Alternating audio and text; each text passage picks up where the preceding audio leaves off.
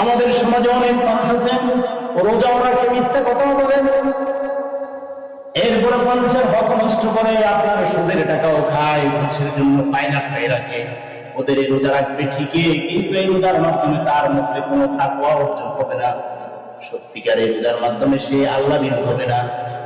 আল্লাহ রাসূল সাল্লাল্লাহু আলাইহি ওয়াসাল্লাম বলছেন, এমন কতক রোজাদার আছে যে রোজার মাধ্যমে খালি শুধু তার উপবাস এবং তার তৃষ্ণার্ত ছাড়া কোনো ফায়দা হয় না। এই জন্য রোজা রাখবেন, আপনি গুনার কাজও করবেন, এটা তো হতে পারে। রোজাও রাখবেন আর গুনাহ করবেন, এটা হলো অন্যায় কাজ, এটা হলো গুনার কাজ। আপনাদের রোজার হক আদায় হবে না। রোজা রাখলেন, নবীজি বলছেন যে রোজা রাখবে ঠিকই, তৃষ্ণার্ত আর ক্ষুধার্ত ছাড়া তার অন্য কোনো উপকার হবে না। এই জন্য ভাইরা রোজা রাখেন সারাদিন, সুবহে সাদিক থেকে সূর্যাস্ত পর্যন্ত আল্লাহকে রাজি খুশি করার জন্য সমস্ত পানাহার অনাচার থেকে বিরত থাকেন। আর তার পাশাপাশি সমস্ত গুনাহ থেকেও বিরত থাকবেন। খালি দিনের বেলা রাতের বেলা সর্ব অবস্থায় গুনাহ করা যাবে না। গুনার জায়গা হলো জাহান্নাম, আর গুনাহ যে করবে না তার জায়গা হবে জান্নাত। এই জন্য ভাইরা আমরা গুনাহ ছাড়বো, নেক কাজ করবো। আল্লাহ যেন আমাদের তৌফিক দান করেন।